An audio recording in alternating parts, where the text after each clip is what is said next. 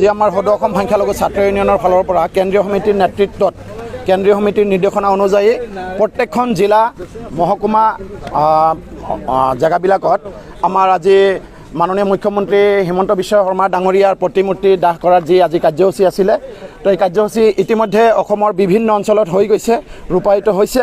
আমাৰ ইয়াত কাৰ্যসূচী আমি কৰাৰ সময়ত যিটো আমি দেখিলোঁ যে পুলিচে এনেকুৱা ধৰণৰ ষড়যন্ত্ৰমূলকভাৱে আমাৰ পিছা লাগি আছিলে। ৰাতিপুৱা 7টা বজাৰ পৰা আমাৰ পিছে পিছে আছিলে, আমি য'তেই যাওঁ তাতে আছিলে। তাৰপিছতো আমি ইয়াত আহি কাৰ্যসূচী ৰূপায়ণ কৰোঁতে আমাৰ গোসাইগাঁও থানাৰ পুলিচ বিষয়াসকল আহি আমাক যি বাধা প্ৰদান কৰিলে, আমাৰ প্ৰতিমূৰ্তিটো যেনেকৈ আমাৰ পৰা কাঢ়ি লোৱা দেখা গ'ল। গতিকে একচুৱেলি এটা কথা আপোনালোকে মনত ৰাখিব যে আমাৰ যিটো গণতান্ত্ৰিক পদ্ধতিৰে আন্দোলন, এই আন্দোলনক পুলিচে ধমকি দি বা আমাক ভয় দেখুৱাই কেতিয়াও স্তব্ধ কৰিব নোৱাৰে। আমি গণতান্ত্ৰিক ভিত্তিত আন্দোলন কৰি আছোঁ, আন্দোলন কৰি যাম। আপোনালোকে জানে ইতিমধ্যে এই বিজেপি চৰকাৰ অসমত অহাৰ পিছৰে পৰা হিমন্ত বিশ্ব শৰ্মা ডাঙৰীয়াৰ নেতৃত্বত যি এক অবৈধভাৱে আমাৰ একপক্ষীয়ভাৱে টাৰ্গেট কৰি লৈ ধৰ্মীয় সংখ্যালঘুসকলৰ যি ভূমি উচ্ছেদ কৰি আছে, এই উচ্ছেদে কেতিয়াও অসমৰ সমস্যাটোক সমাধান নকৰে। যদি ইয়াৰ পৰা উচ্ছেদ কৰি বেলেগ এটা জেগাত পঠিয়াই দিয়া হয়, সেই ব্যক্তিসকল অহাকালি আকৌ কোনোবা এটা জেগাত স্থান ল'ব, আকৌ কোনোবা এটা জেগাত বসতি স্থাপন কৰিব।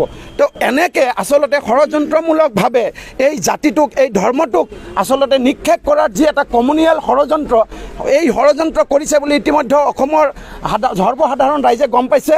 আমিও তাৰ প্ৰতিবাদত আজি প্ৰতিমূৰ্তি গোটেই অসমত দাহ কৰিছোঁ আৰু লগতে আজি মাননীয় মুখ্যমন্ত্ৰী ডাঙৰীয়াক সকীয়াই দিব বিচাৰিছোঁ আজি আপোনালোকৰ যোগেদি যে আগন্তুক সময়ত যদি এনেকুৱা ধৰণৰ কাৰ্যসূচীৰ পৰা তেখেতে বিৰত নাথাকে, একপক্ষীয়ভাৱে টাৰ্গেটমূলকভাৱে যি উচ্ছেদ চলাই আছে, এভেকশ্যন চলাই আছে, এইটো বন্ধ নকৰে, আগন্তুক দিনত কিন্তু আমাৰ গোটেই অসমত 1,30,00,000 জনসংখ্যা যেতিয়া আমি ৰাজপথত ওলাই আহি গণতান্ত্ৰিক ভিত্তিত আন্দোলনৰ কাৰ্যসূচী হাতত ল'ম, তেতিয়া কিন্তু হিমন্ত বিশ্ব শৰ্মাই যি এক শক্তি প্ৰদৰ্শন কৰি আছে, এই শক্তি কিন্তু নিশক্তিত পৰিণত হ'ব।